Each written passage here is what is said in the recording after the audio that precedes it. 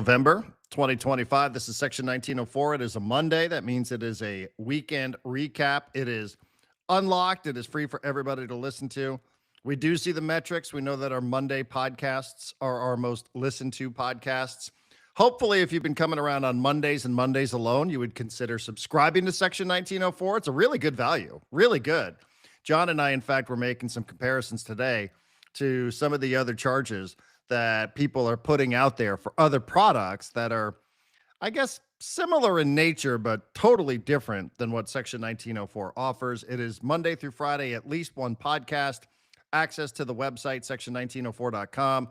Lots of written content there, some video reports there, access to the Discord channel, and plenty more. For as little as $5 a month, you could be supporting independent media right here in San Diego. Never been more important to do so. I'm Darren Smith. He's John Gennaro. John, did you have a good weekend? I had a lovely weekend. Friday was Halloween. It was lovely. It was also completely exhausting. So Saturday and Sunday, there was a bike ride mixed in there. But outside of the bike ride, it was a lot of time spent on the couch watching sports. There was a nap involved on at least one of those days. It was a good recharge my batteries kind of weekend. All right, good. Glad to hear it. At least one of us got the batteries recharged. I feel like I'm hitting the ground on Monday already behind. So don't know quite how that happened, given that I didn't have any professional responsibilities on a Sunday, but I do feel like I'm already a little bit behind. Got a tough night's sleep Saturday. Like that was tough SDFC game to process. By the time we got through the penalty kicks and the post-game show, my mind just wouldn't turn off. And then it was up bright and early Sunday morning. There were some things that I had to deal with on a technical level. But all in all, we do have another game coming up this Sunday. San Diego State played the World Series. I'm going to rely on you for the World Series because I barely saw but a minute of it. That game started. I know it was epic. Already it's being called perhaps the greatest World Series of all time. And why not? It just happened. So I understand that people will say that. It just happened. So, of course, it was the greatest one that's ever been played. I think it probably can make an objective claim to that. But, I just am not going to go back. Maybe I could find a version of it and watch it in condensed form. I have a gist of what it was that happened, so we can spend some time on that. Already, though, now that the World Series is over, it's on to the offseason. This is now the offseason of Major League Baseball, and already there are things that are happening with the San Diego Padres. Robert Suarez, Michael King, just to name a few. Postseason awards. Fernando Tatis Jr. has won another Gold Glove in the outfield. San Diego State played over the weekend. They continue to win. And oh, by the way, John, as if there wasn't enough going on in the world, do you know what starts today? What sport starts today? Monday, November 3rd. Oh, there's a sport that starts today? That's right. College basketball starts today. Hey. College basketball. There will be games on television. My alma mater, ranked 5th in the country, is going to be taking on Quinnipiac. So I was alerted to that via my smartphone today. San Diego State will start its 2025-2026 season tomorrow.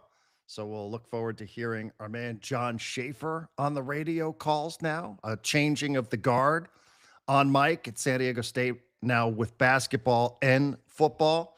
So that's coming up. We know how much energy that brings. Maybe San Diego State should play at Snapdragon Stadium. See what happens. But lots to get into. Halloween, eventful, uneventful? Anything happen? We had a kind of a slow, we had a couple of, a couple of groups of kids. Our street was not one of the more popular ones. The neighborhood was popping, but our street, just because it's a busier street, I think, wasn't as frequent, the trick-or-treaters, as it was in other parts of the neighborhood. But all in all, not bad for a Friday night. I feel like I did a pretty good job of courting the crowd that was walking down the main street of my neighborhood to come into the cul-de-sac. I had music going. Everything was well lit, so you could see, like, hey, there's plenty of lights on over there. We should go see if there's candy. And as I predicted, we became the, hey, what's the score house. Everyone was walking by and they were kind of peeking in my garage. They could see the TV, but the TV is all the way on the, I guess, opposite side of the garage from the end of the driveway. So they couldn't really make out the score. So they could see the game was on and they would be like, what's the score? What inning is it? So I got to give a lot of people updates on the score. I'd say we had a good crowd. Good crowd. My daughter is 7. She's in second grade. This felt like the year that we really figured out Halloween trick or treating.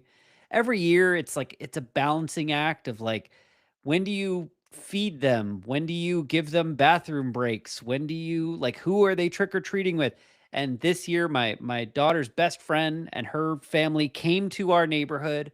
I went and I got pizza beforehand. By the way, never go and get pizza on on a Halloween night. God, that was Mm. a chaotic event going to get pizza on a Halloween night, but there was pizza ready for them. They literally trick or treated half the neighborhood, came in, everyone took a bathroom and pizza break and got their energy back up to go do the other half of the neighborhood, and then everyone came back and all the kids played and all the adults drank, and it was a great time. Good. It felt like the least chaotic Halloween we've ever had with a child. All right, good. Yeah, I don't know that we had any. I don't remember any parents strolling through. It was just packs of kids. I mean, there were a couple kids that were taller than I. I'm 6 feet tall. There were a couple kids. I'm like, a lot of jokers, a lot of Joker costume A lot of makeup, a lot jokers. of them. And sometimes the Joker costume isn't straight from the movie. It's just the makeup with like a Lakers jersey. It's like yeah, like oh, okay. So you're the Joker, but you're just sort of yourself. Everybody, I think Pablo Torre did an entire podcast about why everybody has a Joker tattoo in the NBA or Joker tattoos in sports, and Joker costumes certainly seem to be number one, at least from my vantage point here in Imperial Beach. So that's the way it went. Of course, now it's November 3rd. Clocks have moved back. Maybe that's why I feel a little bit off kilter Definitely. because it Definitely. sucks. It's brutal. Like it's absolutely brutal. Like 6:30 last night. Like, is it time to go to bed? It felt like it was time to go to sleep for the night. But at any rate, the sports, I think, the sports, John, do we want to spend a couple minutes on the World Series? I mean, it is the World Series. It's game number 7. I think we're going to have all week to talk about SDFC hosting Portland Timbers coming up Sunday at 6 o'clock. It's a game 3. It's a best of 3 series, so winner take all. And, the reality is there. The reality is now this season, which started on February 23rd, now going on a 10th different month on the calendar. Hard to believe, the first Major League Soccer season for San Diego could come to an end on Sunday. Hopefully it won't. We'll have all week to talk about it. The Dodgers are World Series champs, John. You saw this game, I'm sure, in some great detail on Saturday. I watched the game on Friday. An entertaining series. I think you and I said that from the jump. We thought it would be an entertaining series. Even I felt like we were in the minority on that, but that being said, I mean, it delivered more than I could have possibly imagined. And in terms of the drama, I keep going thinking, wow, if you were a Blue Jays fan, how would you feel? How would you feel about this? Going back home, up 3-2 and losing late in both of those games, it is going to be a tough one to process if you're a Toronto Blue Jays fan, for sure. I don't want to do the whole, did the Dodgers win? Did the Blue, there were things that happen in games and the things happened in games. Your closer is on the mound in a game 7 with a lead and gave up a home run to an unlikely character from the LA Dodgers. And sometimes you just can't explain any of this stuff. We'll get into the SDFC stuff in a little bit. You can't explain, Gage Guerra heading home something in the 98th. Like sometimes you just cannot explain the way these things happen. That's so what makes it so compelling and what makes it so emotional. But Dodgers win again, back to back, first time in 25 years. I'm sure we will spend plenty of time and read plenty of think pieces about the economics of the sport and what exactly that means. I don't really feel like having that conversation, but that conversation is going to happen. But especially here in Southern California, Dodgers winning again. And man, that is, you feel so bad for the Blue Jays fans, don't you? The Blue Jay fans will never recover from this. I said after game 6 on our Discord, like, Blue Jay fans aren't sleeping tonight. They might not sleep for a few years comfortably. That was, I mean, really, really hard for the Blue Jays because there was several moments in game 6 where it looked like they should have won and didn't, including the freaking line drive that gets stuck under the matting of the outfield wall and becomes Crazy. a ground rule double. So then the guy on first ends up not scoring instead of scoring the game winning run. There was a moment, I think in game 7, pretty late. George Springer gets on first base with a single. One guy gets out. The next guy was Vlad. And Vlad gets struck out, I believe it was Vlad, gets struck out on a 3-2 like fastball. And George Springer is like jogging to second base. The only thing I can think is he saw 3-2, thought there was 2 outs, and was like, well, I just go on the pitch, right? I just go on the pitch no matter what happens. But he went on the pitch. It was strike 3. Will Smith throws him out as he's jogging into second base. And George Springer looks back at home plate like, what do you mean throws me out? Like this, the inning's over. Well, now it is. So there was a number of instances where it was just like the Blue Jays just missed Wait a a second. couple. This happened in Game 7? I believe so. I can go back. Didn't and this find the happen at play-by-play. Dodger Stadium where Bichette thought it was a ball 4 and there was some confusion at the plate with the home plate umpire who didn't call something immediately, and Bichette's kind of caught in between thinking that it's a ball and it's a walk and he's going to go to second. Are you telling me that something like that happened again? I will find it somewhere in the play-by-play because they kept showing the replay. And again, I was like, this was one of the times where I was not listening to the commentary. I had it on and I had music on, and they just kept replaying it, showing like Will Smith like catching strike 3. I think it was Vlad up, and Vlad's like kind of looking, going like, that's a ball, right? And it was right on the edge. And Will Smith like grabs the ball, like gets out of everyone's way as everyone's standing around going, is it a ball or a strike? And just whips it down to second base. And Springer's just like jogging into second base, and the guy just tags him in the chest. And Ugh. they kept showing it. I'm like, Springer must have lost count of how many outs there were. But there was just like every game 6 and game 7, each one had like 3 moments like that where you're like, Correct. oh, it's right there. Just Yeah. take it. And they couldn't. And I find it hilarious. 2 things. One, there was a moment in game 7. I don't do this very often. There was a moment in game 7, first inning, second inning, where I'm sitting there and I'm watching the game and I have my drink and I'm standing in front of the TV. I'm not sitting down. I'm like 3 feet away from the TV, just standing there watching it. And Max Scherzer is pitching, I think, to Shohei Ohtani, who had just pitched. And I remember I said out loud, I was like, this is epic, man.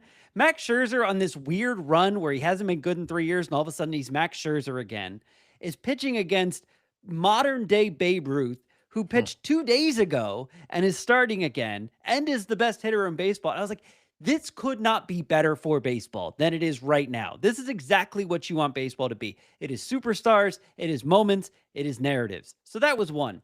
2, I found it so funny that last year's Dodgers team going into the playoffs, it was like, oh man, our starting rotation is so beat up. Well, how the hell are we going to get through this? And they just went bullpen day after bullpen day after bullpen day and won a title.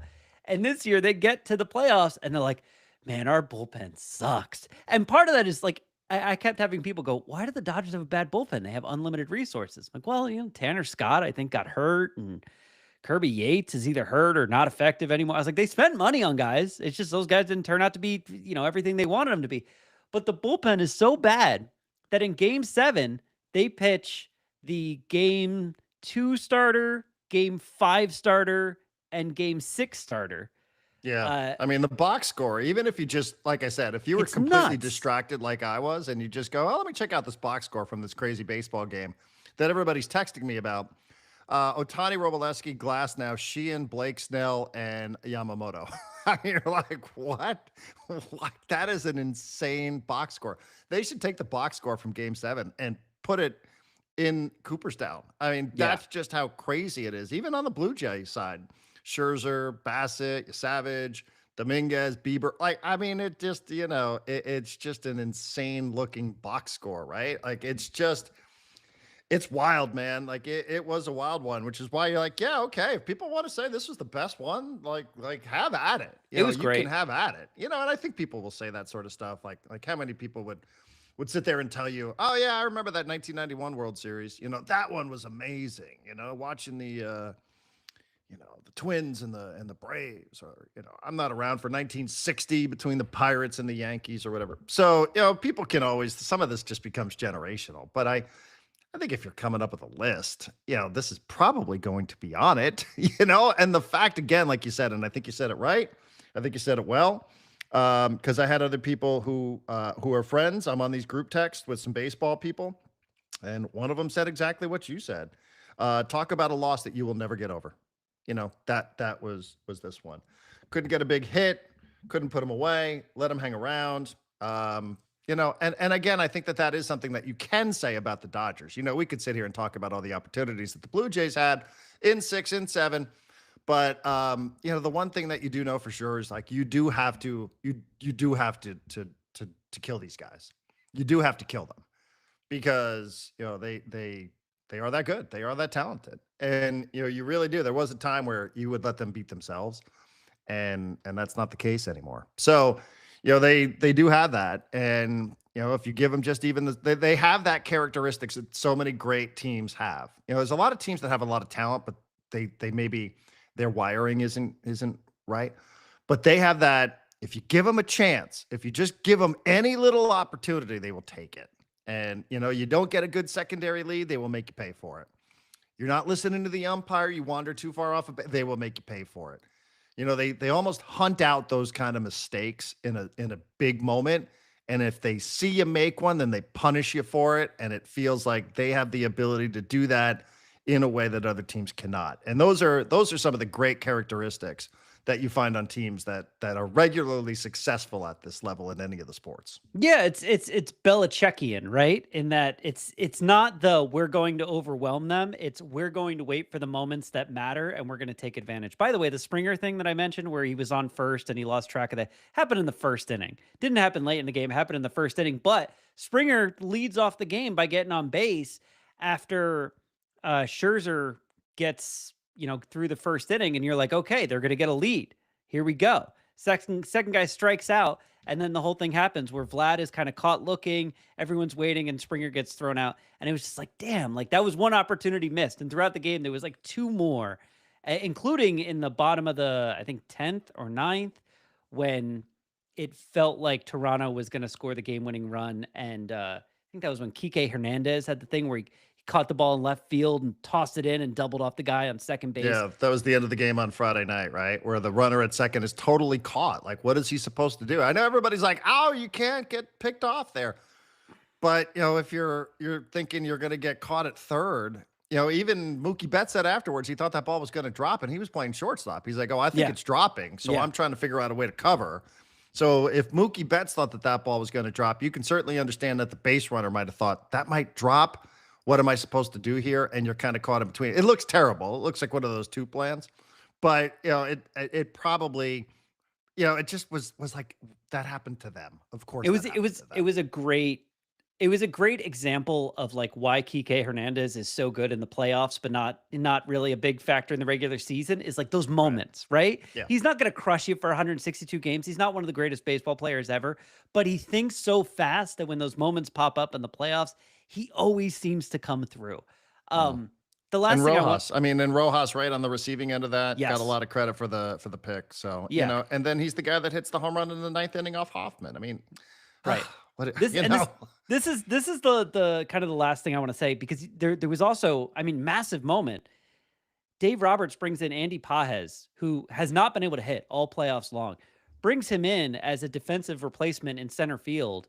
And 2 plays later, Andy Pages literally bowls over Kike Hernandez to make a catch at the wall that would have essentially won the game and the series and the championship for the Toronto Blue Jays. And it's like that move and everything we just talked about them waiting for the opportunity to strike and then taking advantage of it because they've thought ahead. They know exactly what to do in this exact moment.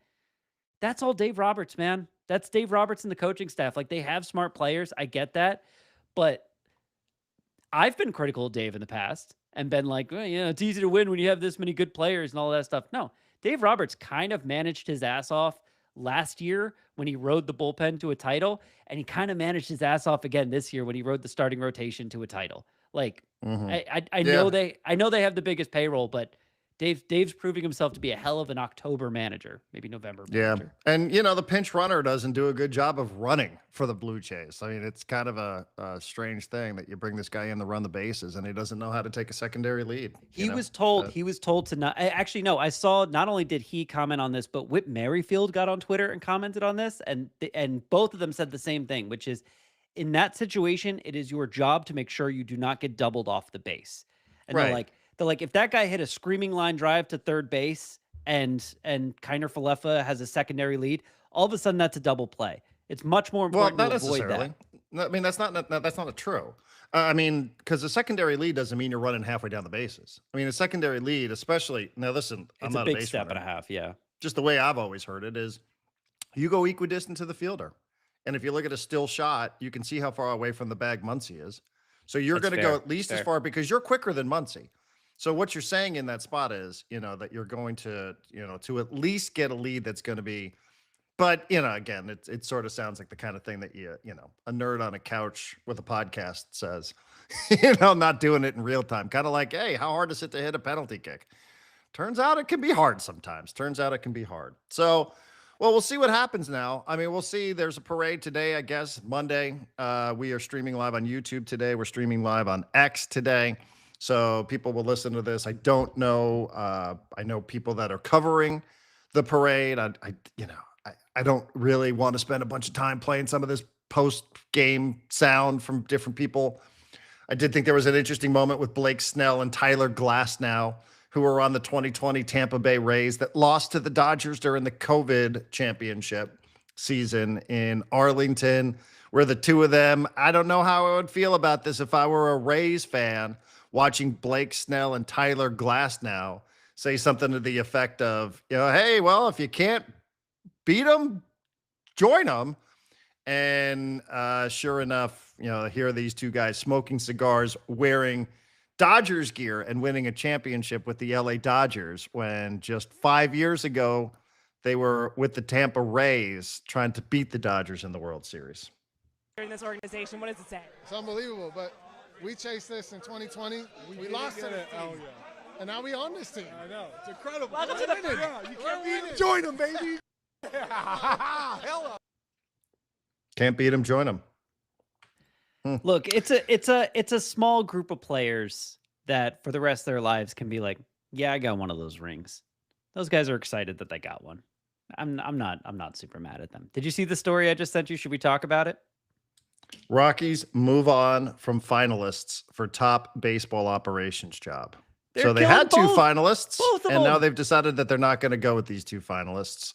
Just adding to the intrigue, I said a week ago, it's a rumor that will not die.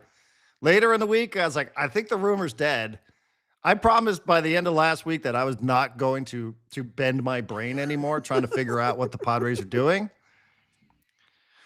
But we're sitting here, and it is November 3rd, and it is unclear what is happening with the manager. It is unclear now what is happening with the general manager. All we know is that Michael King has opted for free agency. Robert Suarez has opted for free agency. Fernando Tatis Jr. has won a Gold Glove, and the Padres are teasing a new City Connect uniform, which will come out in April. Mm-hmm. I'm not doing it, John. I'm not doing it. Actually, I'm just not doing it. I'm glad to see funny. other people pointing out that Ryan Flaherty is considered a candidate, since I brought that up last week and I got some pushback. And now it feels like some of that pushback was a little bit errant, if some of the other reporting from John Heyman and others is to be believed, that Ryan Flaherty is in fact a candidate. But I sort of joked as the meme, well, what if he's, what if it's just like he's going to take everybody? I don't know. I don't know what to read into this other than the Rockies have decided that they're moving on from who was perceived to be the finalists. That would be Matt Foreman and some other guy that you probably never heard of. No, it's the guy. Doesn't really say where the Rockies are in all of this, other than they're just sort of starting from scratch again. But I don't buy it. Like, you make finalists for a reason. You don't make finalists and then just go like, whatever, we're starting over. You make finalists because you're like, these are the two best options. Now we have to pick between them. I don't know. I think this is potentially bad news for the Padres, but I don't want to break your brain about it. Actually, I will tell you a funny story, which is someone sent me a message on Saturday asking, hey, what's going on with the Padres TV deal for next season? And I was like, I am not throwing that at Darren right now. His brain is so twisted into knots about the Padres that just adding in the TV deal might force a breakdown. I was like, we're just going to move on. The Padres, they have to break news eventually, Darren. Free agency is technically open now. You can re-sign your own players now. They could be Correct. talking to Luis Ariz, Michael King, Dylan Cease right now, Robert Suarez. And the ability to sign new players, of which they will probably need one or two, starts on Thursday. They don't know who the GM is going to be 2 years from now, except, as you said last week, Preller is apparently, reportedly telling people he's getting extended. But I don't know why he would do that. I don't know why he Right. would do that if that was inaccurate. And again, yeah, I believe the person that said it to me because it's the same person that told me about Ryan Flaherty. And I would tell you that is, I think the word I used last week was about as unimpeachable a sources as there could be on the Ryan Flaherty stuff. But I sort of half joked about Preller. Is he here? Is he not? It's like, well, he's telling people that he's going to be extended, but we don't really have any idea what to expect. Everybody's timelines has been all over the place. I'm not giving out any more timelines. I heard like a week ago, I heard 72 hours. It's like, all right, 72 hours for what? Like something, it just was like something has to happen in 72 hours. Well, nothing happened within 72 hours. Kevin Acee had a timeline that was what, a week ago for some sort of news. Kevin Acee also had 3 finalists. Now it would appear that there's more names that are being added to the managerial list. And, now we can enter in some of the uncertainty here. But I think we would have known if the Rockies had asked for permission about AJ Preller. I think we would have known that, but sometimes this stuff happens through back channels and maybe you want to keep it private for a reason. Maybe even it if wasn't the a real organizations interview. are involved, and I'm doing the thing I just said I wasn't going to do. But, as I said, I just will wait. Somebody will have some news on this at some point, I think. But, then again, here we are on November 3rd, and we don't really seem to understand what it is that's happening with the ball club. Yeah, maybe it's not a real interview. Maybe it was just a phone call between friends, Darren, and not an official interview. That's why he's John, not. somebody told me that AJ Preller doesn't have an agent. I don't know that is or isn't true. But, when you say, well, maybe he's floating things out there, it's like, yeah, well, he doesn't. How would he do that if he does? Now, I don't know that is accurate. That is somebody's understanding that he's not an SEC coach. He doesn't have one of these guys that can float the name out there to just jack up the price and get a guy an extension almost every single offseason, like some of these coaches in the SEC. Now, I don't know that is or isn't accurate, but so I don't know how exactly another team would go about contacting him, but it can be done. They could do that stuff. Can I tell I'll tell a stupid story that I think I think I've told this story to you. I've told it to other people before, and I'll try and make it quick. When I was working in LA sports radio and then interviewed with the mighty 1090, I was at my radio station in LA, literally responding to emails from the guys that would become my bosses, the mics at 1090, and they eventually offer me this job that I eventually took, and they offered it to me at a certain pay rate, right? And I said to them, I want to give my current job an opportunity to match. And they were like, okay, fine. And so I went back to the current job. They said, no, sorry, we can't match. So I went back. I said, okay, they said they can't match. So I suppose I accept. And then about an hour goes by and someone higher up than who I asked came back and said, wait a minute. Are you trying to leave? No, we can probably match that. So then I wrote another email back to the mic. So never mind. They said that they can match it. Apparently I was talking to the wrong person. And one of the mics, I won't even say which one, meant to reply to the other mic and reply to the whole group and just wrote me back an email or wrote the group back an email that just said, this fucking guy. And I understood. Like they then had to call me and apologize for that. And I was like, I understand it, dude. I told you they weren't matching, and now apparently they're matching. You probably already celebrated that you could hire me, and now it's maybe you can't. And this Rockies thing is just it's in the back of my head of like they think they have AJ, and maybe in the back he's got the Rockies guy going, hey, it's whatever the number is, I'll make it happen, whatever it is. Who knows? Yeah, We Brit should- Giroli wrote this story. 2 finalists for the Colorado Rockies head of baseball operations job. AZ Diamondbacks GM Emil Sauday, and Cleveland Guardians assistant general manager Matt Foreman are no longer in the running for the position. Why would they do that? Multiple league sources said to the You got to do the Athletic. fingers. Yeah, why would they do that? That's what I'm trying to avoid here. Stop. You're leading me down this pathway. Sorry. What transpired to prompt the Rockies to move on in another direction is unclear, but league sources say there were no other finalists for the job as of last week, meaning the Rockies have to reopen their search. It wasn't immediately known whether the process would involve executive previously linked to the job, such as the Kansas City Royals Scott Sharp, Toronto Blue Jay. No, let me just point out, I won't read the whole story. There is no mention of AJ Preller in this piece from Brit Giroli at all. Just to be clear, there is no mention of him. So any speculation is on behalf of Section 1904. But it is interesting, again, just because we've brought up the fact that the Rockies had been rumored through back channels to be interested in one Arthur John Preller. When the Dennis Lynn story came out a couple of weeks ago, and an interesting, I thought, detail in that story was that Eric Grupner had been, I guess, privately extended by Eric Katsenda a couple of seasons ago. Somebody who used to work there, I found myself in a conversation with and said, well, he's pretty smart. He creates leverage, like he has flirted with other opportunities, like going and being an executive.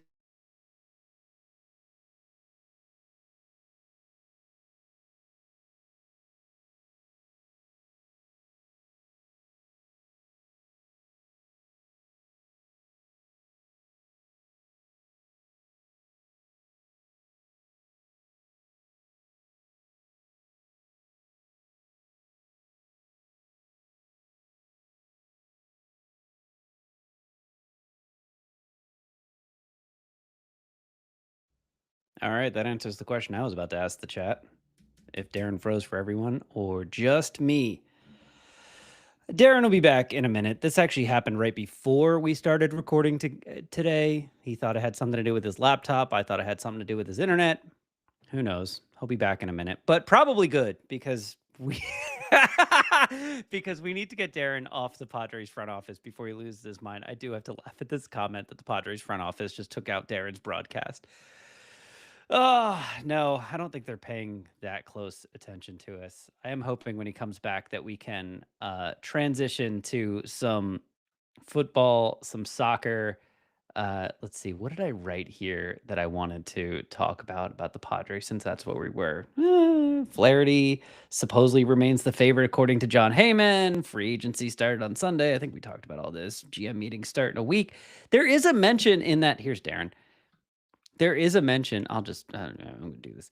There is a mention in that Rockies piece. I don't know what's going on here. Yeah, you're fine. I told everyone that we were dealing with this earlier. It's fine. There is a mention in that Rockies piece about like, yeah, the GM meetings do start in a week.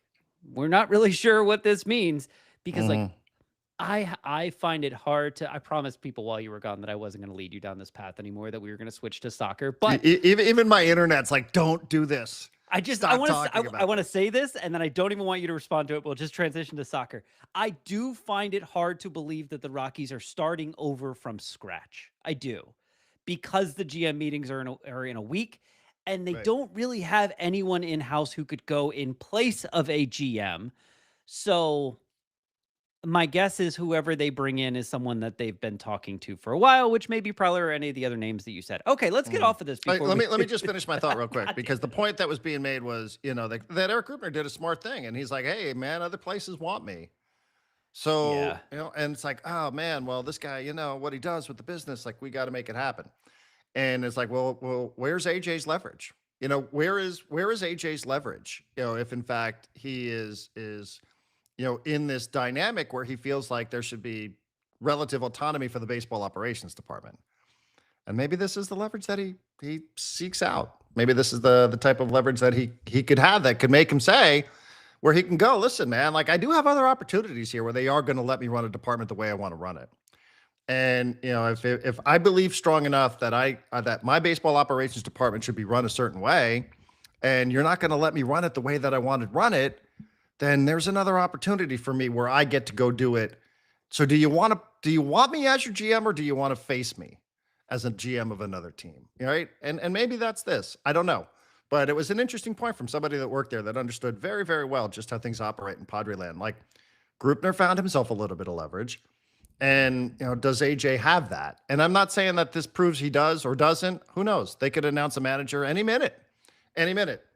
I would like for them to do that so we could move on. In the meanwhile, though, Michael King opts out. I don't think that's a big surprise at all. I'm not sure that there was any expectation to the contrary on that. Robert Suarez opts out. I don't think there's any surprise on that one. 40 saves, led the National League. Probably a good opportunity for him to cash in free agency. Michael King. Now, the interesting thing for Michael King is, do you put a qualifying offer on this player in which then he would have the opportunity to accept it if he doesn't like, there is a timeline on the qualifying offer. You can't go scouring through free agency and decide, in February that you'll take the $22 million. So there is some timeline on that. But if you're the Padres, would you put a $22 million bet on Michael King as a qualifying offer? Would you do that? Or would you say, listen, it's been great. You made 45 starts for us. You were mostly a very good player here. You were well liked by everybody, but you are free to go in free agency, completely untethered to the Padres organization. What would you do? Now, again, we don't even know who it is that's making this decision, but what would John Gennaro do if he was the general manager? Is this an obvious qualifying offer for you at $22 million if he decides to take it? So first of all, just to clarify, the deadline to make a qualifying offer is Thursday. So they have 3 days to decide this. When they make that offer, the player has 10 days to either accept or decline, which essentially will give him about a week's worth of free agency to see what other teams are telling him they would offer him.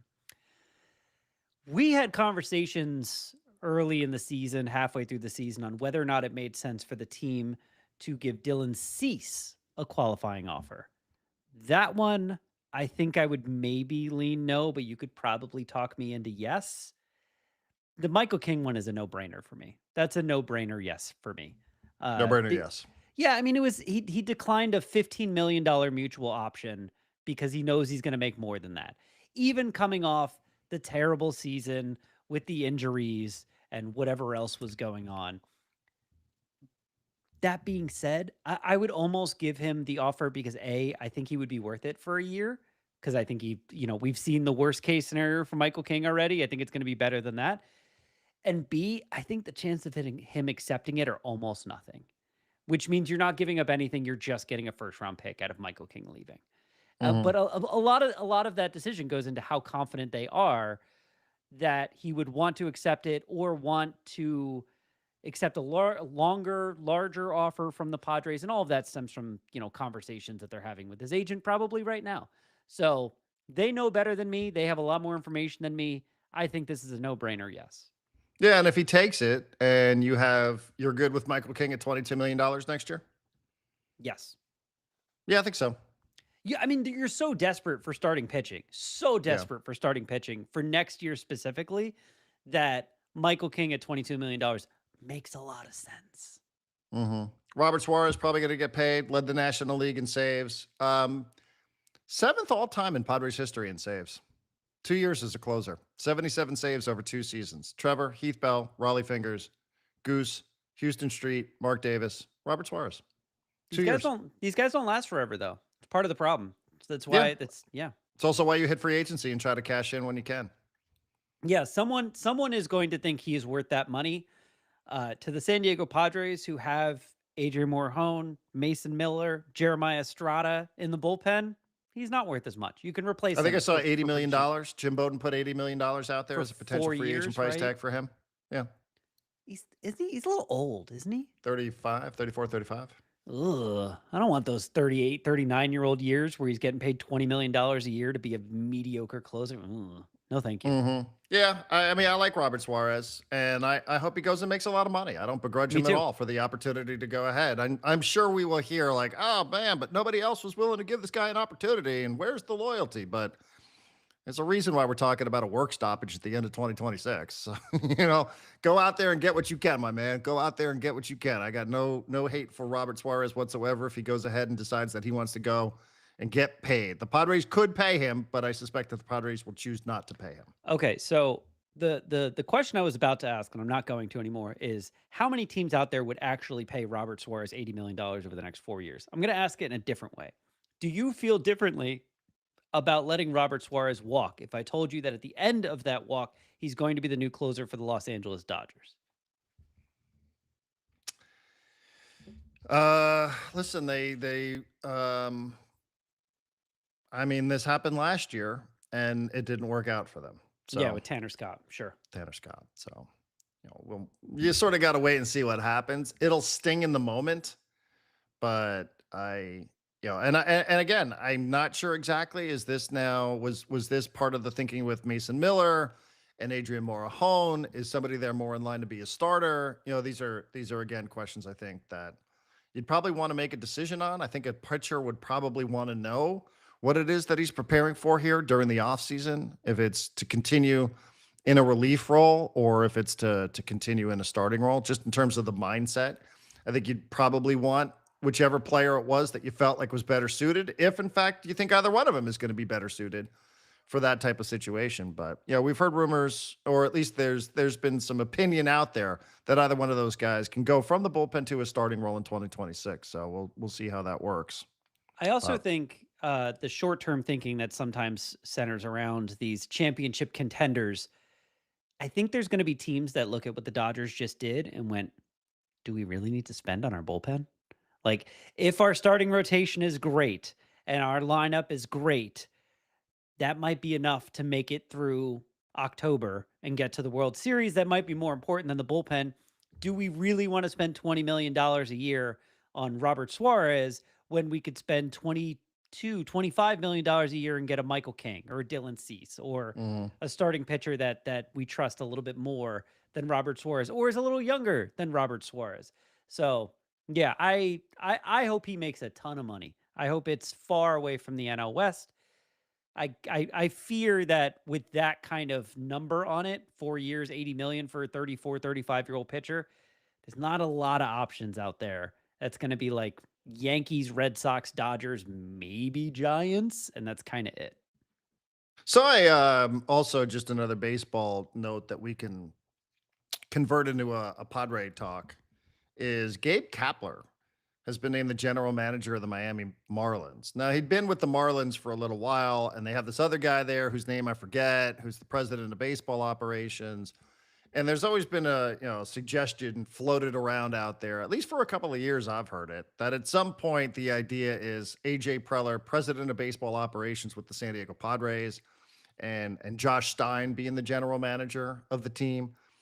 Maybe that's part of the delay. I don't know. Is this a normal organization? No, it is not. So they've had managers walk away and back to 2 years apart. So this is just another. It's just the way the Padres operate during the postseason. But just reminded me of that you had somebody in-house and you had a guy who was doing a lot of the work as, a president of baseball operations and kind of the GM. And then, Kim Ng was there and then she left and now they've promoted somebody.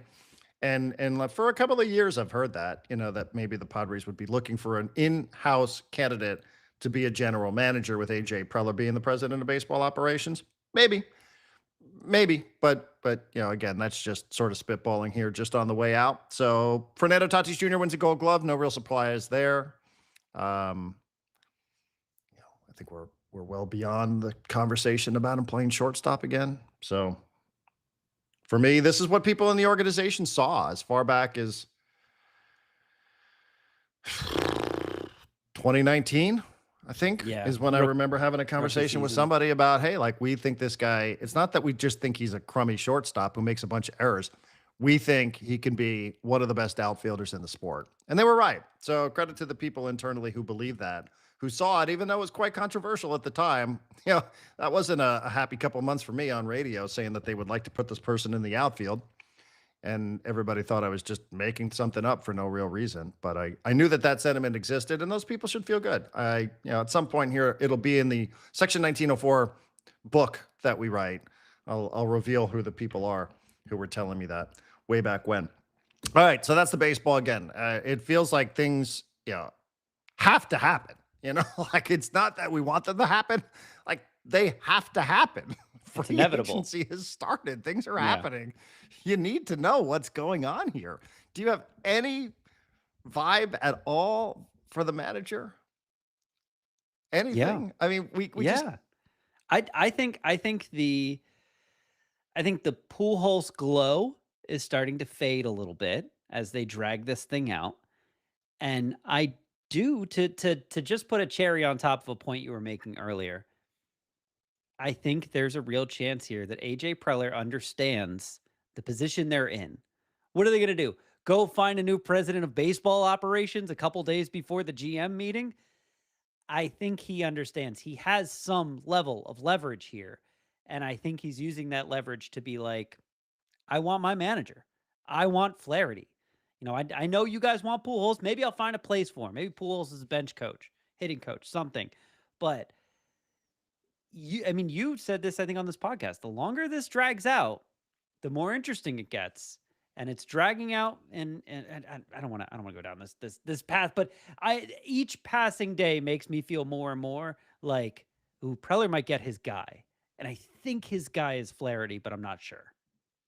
Yeah, I mean, this might just be really, really well played by AJ from some of the Zoom calls. Are you going to be back? Blah, blah, blah, hem and haw, procrastinate, give you a bunch of, just say things, kill the clock, don't really commit to it. Focus on the keep managerial the search. rumors floating around, drive people absolutely batshit crazy trying to figure out what it is that's happening. Tell AC that there's only 3 candidates, and in fact, there's another one. It's not like they might have played this. He might have played his hand really, really well here, or who knows? Who knows what'll happen? Or maybe that has nothing to do with it. We're just sort of searching for some hidden meeting that doesn't exist, and they're just being really, really thorough for their announcement. Did you see the video that they posted for the City Connects? Yeah. With the Dia de los Muertos theme? Yeah, there was a famous wrestler in there. I think Dominic Mysterio, Rey Mysterio Jr.'s kid, was a part of it. I was hoping for an actual uniform reveal. I went into it with no knowledge about it. I was hoping for an actual uniform reveal. We didn't really get one. We got, it looks like blue and orange SD on like a cream colored hat with a blue rim. But then the Padres, when asked about it, they were like, well, that's not necessarily the City Connect hat. That could just be a hat that's inspired by Dia de los Muertos, which is also what our City Connect. I don't know. I don't know what they're doing. I don't know. So I don't have any opinion on the video except, I don't know. I like that kind of artwork, that Spanish Dia de los Muertos, the skulls, the big teeth, all that stuff. I love that kind of artwork. So if that is getting rolled into the City Connect uniforms, you will find a big fan of me. Hell, I have one of those tattooed on me somewhere. SDFC Saturday night playoff game number 2, best of 3 series at Portland at Providence Park, where crazy things do happen, and crazy things have happened in postseason play in the past. It does have an aura to it. It is truly, for those that haven't been, in my opinion, it's one of the best MLS venues that is out there. And I haven't been to them all, but I've been to a handful and love everything about it. Providence Park, Portland, a little bit of rain during the day, clouds, a little bit of chill in the air. And they were fighting for their lives, and they acted like it. And I have to say, Portland, I thought, came out first half and said, we are not going to let you pass the ball around us 700, 800 times in this game like you have in the previous 2-3 matchups that we've seen you.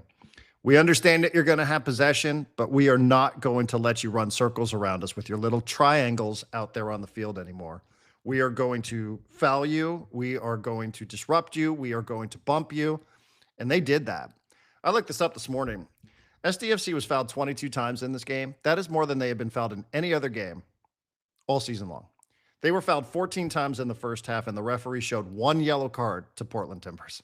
14-4 fouls. Again, not a stat that we normally gravitate towards, but when the play was interrupted, as often as it was, your mind starts saying, I see what they're doing here. Portland got a shot off in the first 45 seconds of the match. They only had 2 shots against SDFC in the first playoff game. They got a shot off in the first 45 seconds. So you could tell They knew it. Everybody knew it. Backs against the wall. Come out here, fight for your lives. And I thought Portland set the tone for the match.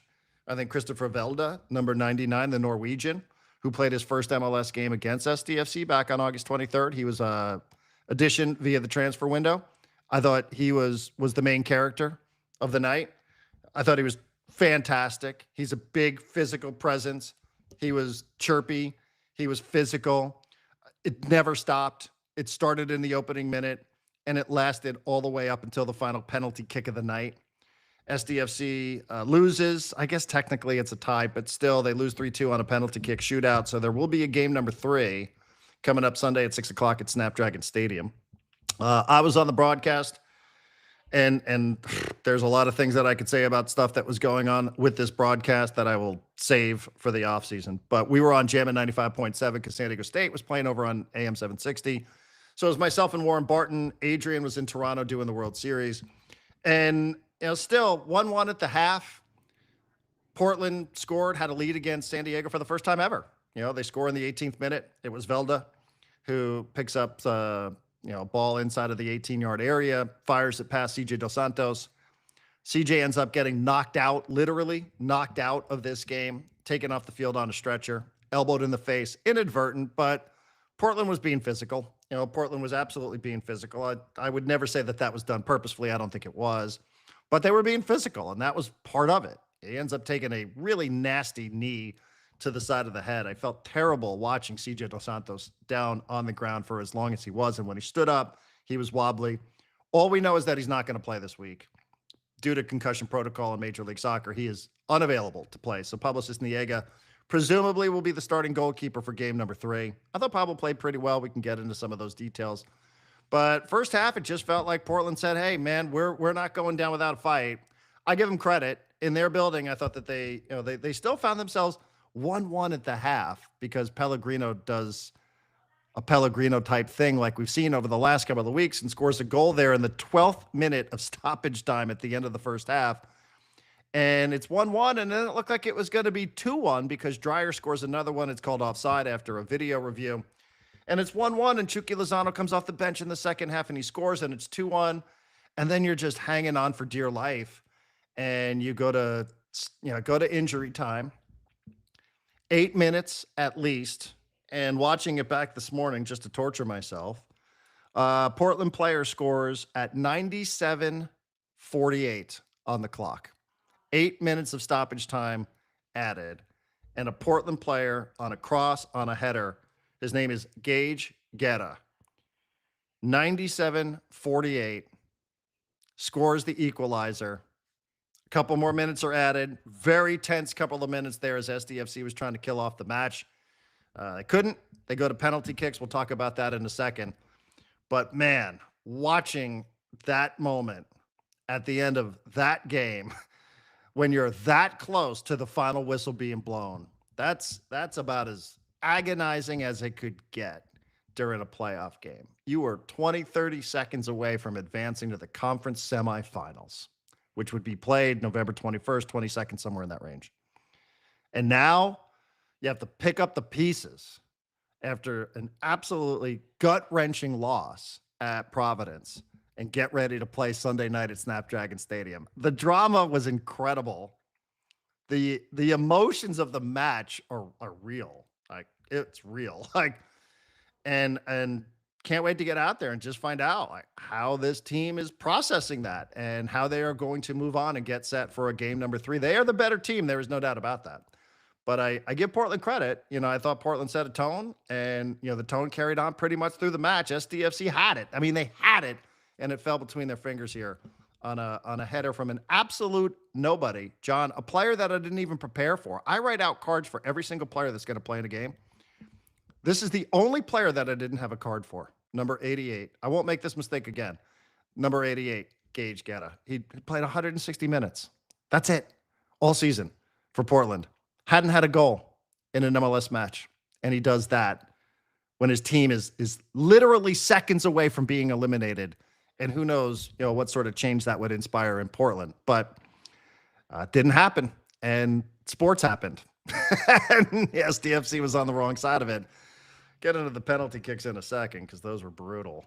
You got a backup keeper making 2 saves, and you still lose a PK shootout, and you lose the match. But what can you say? I mean, it was just an agonizing experience. It was an emotional experience. It really touched on almost everything, the agony and ecstasy of feeling like you had something and then seeing it disappear in the blink of an eye.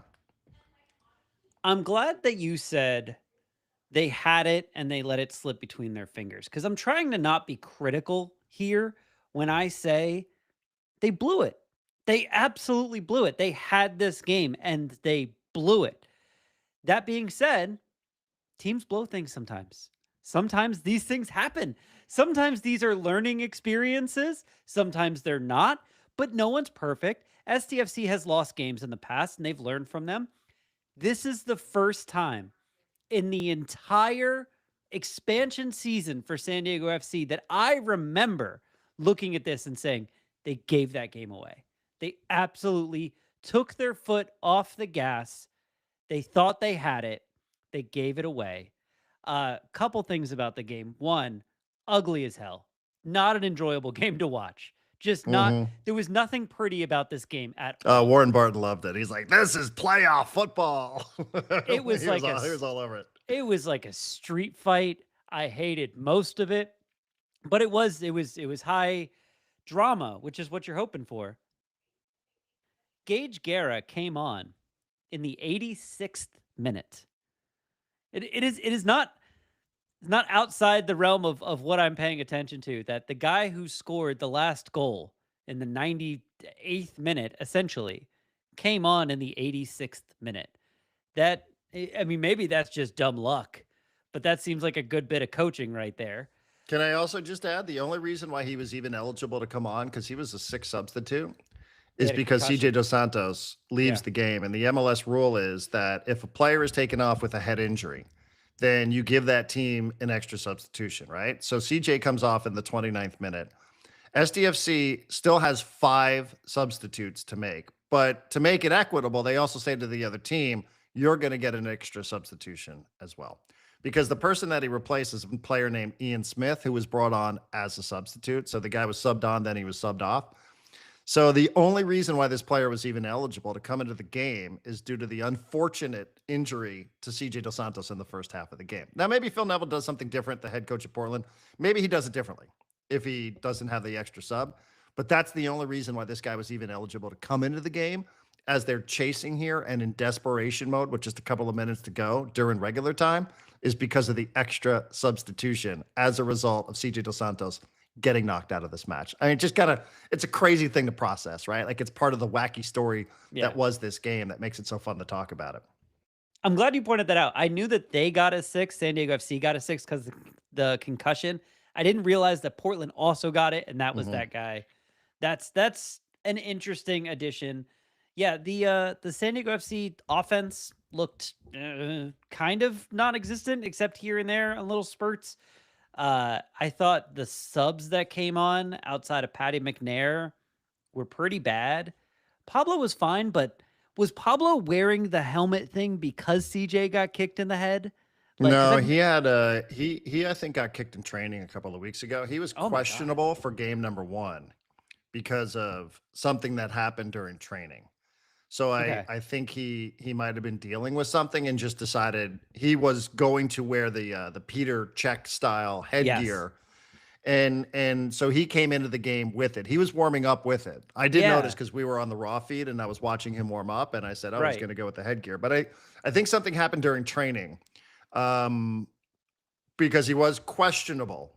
He was questionable for game number 1 with the head injury, which I think we know what that is. So, he had that to begin with, which is, now you're like, oh, man, okay. I thought Pablo was really good. I mean, he saved 2 penalty kicks. He's always really good. Saved 2 penalty kicks in a game. I mean, I cannot underscore that enough. And then, I just felt so bad that the image of the game was the Brazilian number 11, Anthony, scoring on Cisniega to win it, because that really didn't define the penalty kicks. There are 2 ways that you can win a PK shootout. One is you convert your penalties. The other is, you lose, you miss, and or a keeper saves something. I guess there's 3, and really the image that was more accurately describing what it was that happened in the penalty kick shootout was our players just missing the net altogether. And that started with Oni Valakari and then Marcus Ingvartson, who has been very good in his career at penalty kicks, 14 out of 18, I think. Yeppe doesn't have a long history of taking penalty kicks, but he was the last one. And then Anthony converts in the fifth round, and Portland lives to play another day. But I did feel for Pablo because he had 2 saves.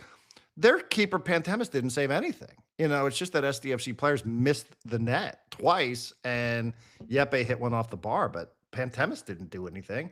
The SDFC players put it into the 20th row of the Timbers Army. That's what happened.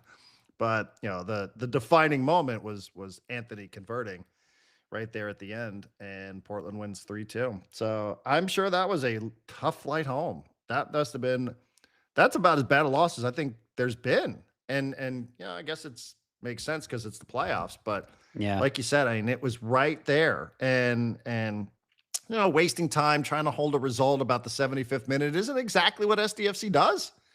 Not exactly what they do, but given some of the circumstances there, Luca Bambino also had to come out of this match, some sort of injury. Your goalkeeper's knocked unconscious. I guess I can understand why you would try to do that and think, hey, this isn't a great scoring team. And they've missed 3 open nets on headers. Felipe Mora had one. Velda had one. I think there was a third player. I think it was Omir Fernandez. He might have missed a header. So there was 3 headers that they had missed. And then right there with 12 seconds to go before you're starting to think, okay, final whistle time here, ref, let's go. This guy who nobody knew, Gage Guerra, comes off the bench and 4 or 5 different SDFC players standing right there, John. They're just right there. And I've watched that about 24 times in the last 24 hours, just going, man, look at all the things that had to happen here. Cross into the box, 2 players, ball gets knocked out, back out. Ari Lassiter has it, crosses, Guerra. I don't know if it's on Luca De La Torre. I don't know exactly who was supposed to be marking this guy. But he just goes flying through the air through the middle of 5 different SDFC players, and he heads it home for his first ever Major League Soccer goal. You're like, oh, fucking hell, man. What a way to lose a game. Or what a way to go to PKs. Yeah, and then when they got to PKs, I'm not going to say I caused this. I didn't cause this.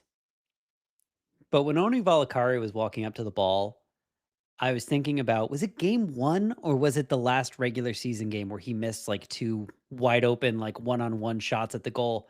And I said out loud, I said, now is the time for accuracy, not power. It's just make sure it goes at the goal. And then it goes flying over the goal. And I was like, oh man.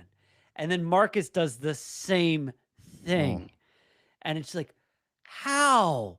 And then Yeppe does almost the same thing and bounced it off the crossbar. And it's just I got a text from a friend after the game that said, no team has ever wanted to win a game less than this team wanted to win this game. And I don't think that's true. I think that's an overstatement. Yeah, but I think so. Kind of like the Blue Jays, they had so many opportunities to put them away, and they just never did. And it was very frustrating. And now they have to win a game 3 at home.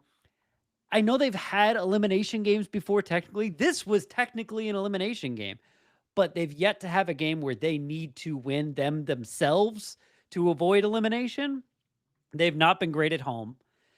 I think there's real questions about what their front line looks like right now. If it's going to be Chucky, if it's going to be Pellegrino, if it's going to be Baird, if it's going to be Ingvartson at the 9.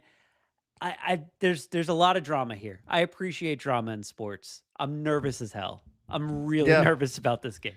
I know, it's funny, right? Because that's what I keep thinking about is the emotions that are attached to this, which I would have said not too long ago. I wasn't sure that I didn't think that you would get this emotional about a game, about an SDFC game in season number 1. But it was such a, it was just one of those that had so many twists and so many turns in it. Like you said, even Chucky coming on at the half, I thought maybe that was a little bit scripted. Mikey said he was going to come off the bench. And then he comes off the bench, and not that Corey Baird needed to stay in this game. He did not. But, he came in. I thought it was just interesting that Chucky came in at the half, since he was subbed off at the half. against Houston, and that kind of led to a little bit of this drama where, there's this reported situation with him and whoever, coaches or players or whatever. And he's subbed in like almost like, hey, okay, we're going to put you right in where we left off. So like you're going to get a clean start. You're going to start right here in the first half again. And Corey Baird didn't do anything that I thought he should have played another minute. I'm just making that point. I thought he played well, actually. Yeah, he scored. I mean, he was in the right place at the right time. No, I mean Baird. I thought Baird scored or played. Yeah, he well. had an assist. I mean, he had an assist in the first half. He I had didn't know that, the assist to the Pellegrino goal. I thought he was occupying space pretty well. I don't think he played poorly, but I just thought like, okay, like it almost is like this was the plan that you're going to put him in here to start the second half. And he was in the right place at the right time, and he scores in the 51st minute, and he kisses the badge a couple of times, right? Yep. So that was very, very noticeable from Lozano. Another one or two of those shots I didn't necessarily love from him, but he's out there, and that's the most important thing. Bombino has to come off, and that was really, oh man, God, I hated seeing that because I think it's such an integral part of the defense. It looked like it. Yeah. Don't know. You're dealing with an injury situation at the fullback position anyway. No Willie Kumado and no Aiden Harangi and no Oscar Verhoeven. So who really knows what it is that it's going to look like? And then that maybe messes with your substitutions a little bit because now it's like, well, Pilcher's on the outside and here comes McNair. And, it just was like, I don't know. Let's just try to figure this out. The physicality of it, which extended till after the final whistle with Anibal Godoy, essentially challenging everybody from the Portland Timbers to a fight out in the streets of Portland. I do love that about Anibal. I do like that he is an emotional player. I don't know that is going to go before the disciplinary committee, but the images are what the images are. And when you play a team like this many times in a row, John, you would understand it. I think that's the thing. Portland wanted to turn it into a street fight, and Portland turned it into a street fight. And I think that, they are, that might be a bit of their personality. I think it started post-game after game one when their head coach started politicking about the refereeing. He started complaining about the refereeing. And I'm not a blame the ref guy, but Warren and I were wondering, man, that's 14 fouls in the first half and only one yellow card. Like they were letting them do a lot. SDFC had one of its lowest passing totals in the entire season. They had run circles around these Portland players, especially in the midfield. We're talking about games where they had 700, 800 completed passes per game. They had 421 in this game, according to Football Reference.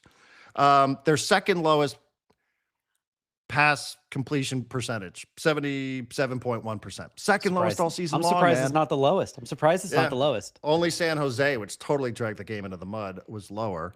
So they only had 5 passes into the penalty area. Again, 5 times they were called for offside. Give credit to Portland. Like Portland said, like we have to play a certain style to win the game. And they played a certain style and they won the game. And you're right. I mean, I was very much at the end of that going, oh man, this is a tough way to lose. This is the toughest way that I think have lost all season. And now having to pick up the pieces of that and put it together Sunday night, I'm told it's already going to be 30,000 plus. So that's going to be great to see on a Sunday night. The crowd will, I'm sure, have some nervous energy there, but they will be mostly supportive, I would guess. And we'll see. I mean, this is what you sign up for. I mean, it's part of the fun of it. It's like it's not always going to be smooth sailing as easy as they make it look at times, especially as an expansion team winning the number 1 seed in the West and setting all these records. It was never going to be this easy. And this will make them tougher. I don't doubt that for a single second. They got to get over it. And, one other detail, and I did ask around a little bit, and, I have said, like, I've seen them practicing penalty kicks a lot. The one thing I did wonder, though, is what is the difference between practicing penalty kicks on a grass field in San Diego compared to a turf field? Because you said it right. They went for power on those penalty kicks. They didn't go for location. They went for power. And it's funny when you look up and you study penalty kicks. It's about 80%. 80%, if you're going to do like an XG on penalty kicks, 80% of them go in. And sometimes, though, regular season numbers are higher. If you do it during a regular season game, it's like 85%. If you do it during a PK shootout, the number actually drops a little bit, like to like low 70s. So it's just interesting the way the stuff gets studied because of the pressure of the moment, right? Like you take a penalty kick in the 51st minute, well, you know, you still have 40 minutes to play or whatever. But and power kicks, for whatever reason, the percentage goes down even a little bit more. And that's what the three of them did. They all went for power. And I just wonder, I mean, I'm not an expert on this stuff. I'm not a former player, but I do wonder a little bit about taking penalty kicks on turf on a rainy day in Portland. And it didn't rain during the match. The rain, I think, ended several hours before the game started. But I just do wonder if you would want to practice those penalty kicks on a turf surface. If there is a difference doing that, the way the ball just shot off the penalty spot, I do wonder if there is a little bit of a difference there. But, you know, I'll see if we can figure some of that out. Maybe it's nothing. You know, I was texting back and forth a little bit with our guy, Adam Sussman from the Timber Report, and we were talking about, and of course they had to go right into Timber's army, right? It wasn't the more quiet side of the field. It had to go right there. So I do think there was a lot of that. You know, it's just interesting that the numbers, the percentage of conversion goes down in PK shootouts than for penalty kicks that are taken during regular time. So, and they went for power, and that apparently takes away a couple of percentage points as well. So I'm sure they'll be practicing them again. And I thank you know, Tuba or San Diego Punto Football for putting that clip out of me asking Oni Valakari about taking penalty kicks. I noticed they put that out on social media last night, but it's just like, I love the whole philosophy. There are people that hate penalty kicks. I'm fascinated by them because I do think there is a psychology that goes on. You know, I don't think it's just as simple as, just flip a coin, whatever. I do think there is a psychology to it. And I think, you know, you certainly can make a case that some of that psychology applied on Saturday night.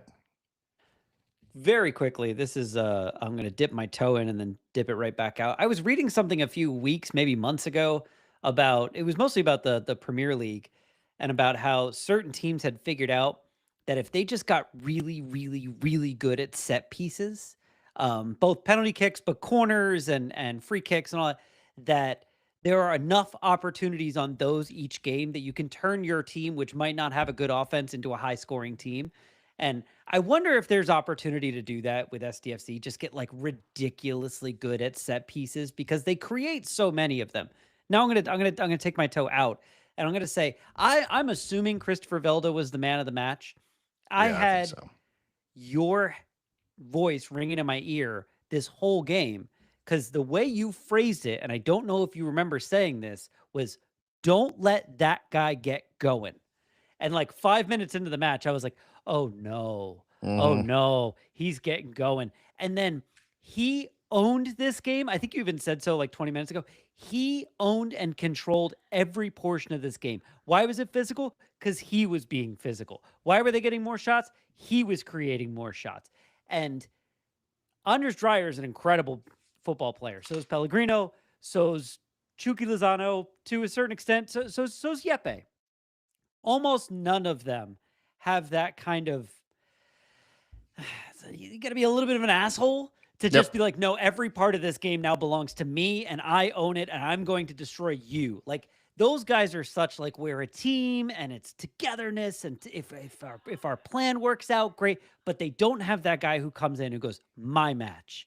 And like the closest thing they have to that is Chucky, who I think has done it here and there throughout the season, but he's such a little guy that he can't control the physicality of the match at all. And so it was one of those things where I was like looking at Portland and looking at SDFC and going like, I want one of those. How do I get one of those guys who's just like, and if that guy shows up that same way, third game in San Diego, like they might win again. Like I'm with you. Don't let that guy get going. Yeah. I mean, we have a unique perspective on this because the first game that Christopher Velda ever played for Portland was against San Diego because he came in the summer transfer window. So that week while preparing for that match, I was doing that game with Warren. That week, I was trying to figure out, okay, well, who is this guy? And the whole reason he was brought, not the whole reason, but part of the reason, John, why they were so attracted to Christopher Velda in Portland was because of the personality.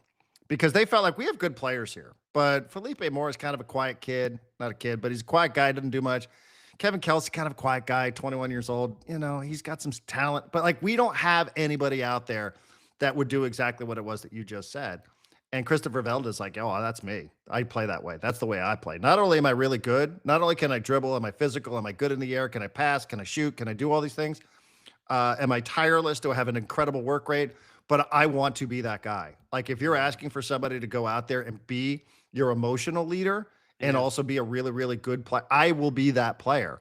And I remember that week, they said that what they were looking for in the transfer window wasn't just players to come in here and help their really anemic attack. They had only scored 41 goals during the regular season. They were looking for somebody to do that, but also do it with a little bit of personality, because they just felt like they had a bunch of quiet guys on the team and nobody was really saying like, we need to be dogs here. Like we got to go out and have an identity. And he was like, I'll do that.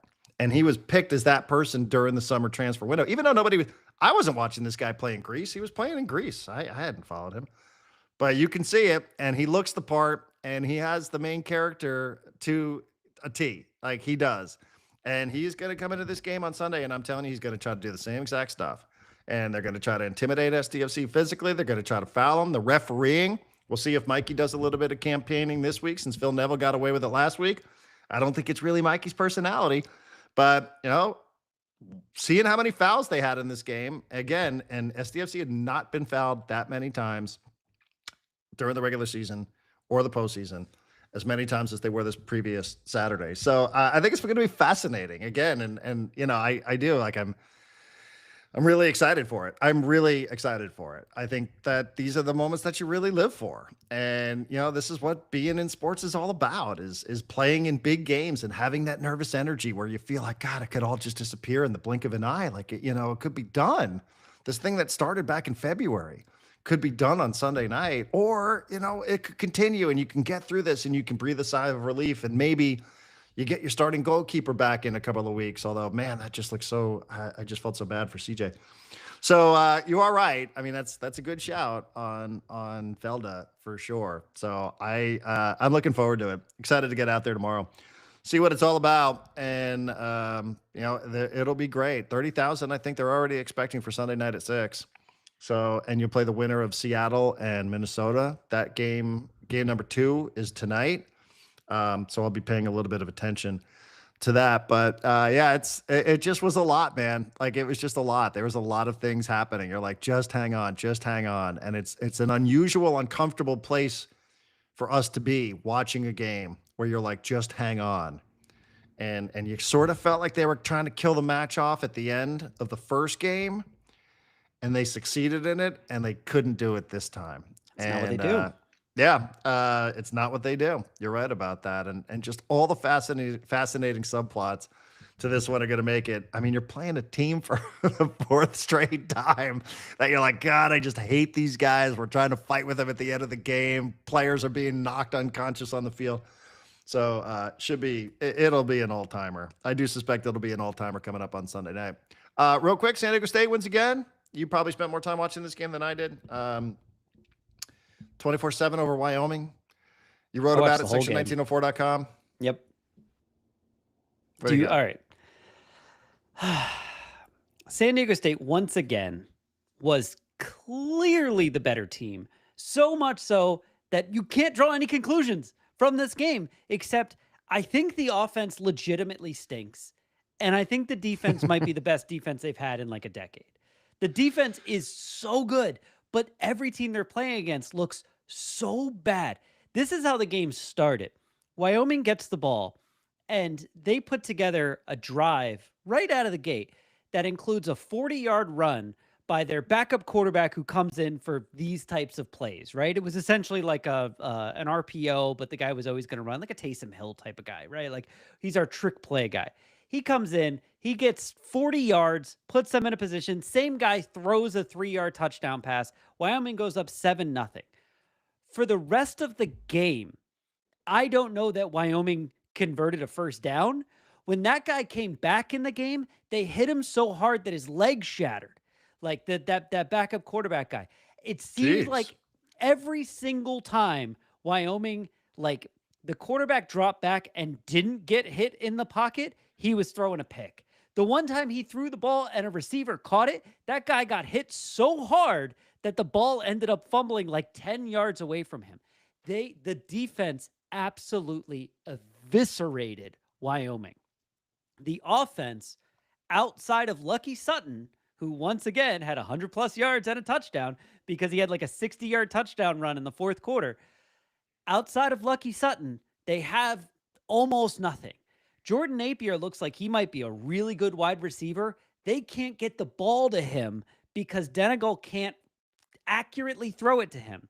So they've been doing these like sweeps, these like wide receiver reverse sweeps. And on one of them, Denegal throws the ball to Napier, and Napier sees a defender coming, looks up, misses the ball. The ball goes right into the gut of this 350-pound defensive lineman who rumbles and bumbles for like 40 yards down until someone tackled him. The offense just stinks. It stinks. And it actually made me think like, it feels like a better chance that Sean Lewis is going to stay in San Diego if they're winning based on the defense, because that's not his part. Like, he's not the defensive guy. I don't think you can hire him and be like, well, we expect that San Diego State defense to come on over here to UCLA. And the offense just looks terrible outside of the fact that Lucky Sutton is a really good running back and the offensive line seems like it can push people around a little bit. I did want to point out there's a link in Front Row Seat. I have not said this publicly. I haven't even told you this yet. There's a link in Front Row Seat under the San Diego State section today. It is from Sports Illustrated. It is titled San Diego State beats Wyoming to surge into Mountain West lead. And it includes this paragraph, which I had not totally absorbed until I read it this morning. San Diego State beat Wyoming 24-7 in its homecoming game on Saturday, several hours after defending conference champion Boise State lost 30-7. 30-7. At home to Florida State. Fresno State. Sorry, Fresno State, who would be weirder if it was Florida State. A team that San Diego State's defense flat out embarrassed when they saw them last week. So that made me think. Can I just say real quick, because I did look at this and say, what in the heck? Wow, okay, maybe we were wrong to be critical of Fresno State for switching its quarterback. Did they go back to Kurt Warner's kid? They did not. But that quarterback for Fresno State, John, threw for 35 yards. Holy crap. 35 yards, and they beat the brakes off Boise in Boise. How? Running game and defense? They ran for $190 and 3 rushing touchdowns. But yes, I would guess, again, just sort of box scoring it, recapping it, because I saw that score and I was like, wow, San Diego State's in first place in the Mountain West. The Mountain West Conference Championship game might be coming through San Diego. But how did Fresno State do this? Were we wrong about this quarterback? That quarterback threw for 35 yards. 35 yards in the game for Fresno.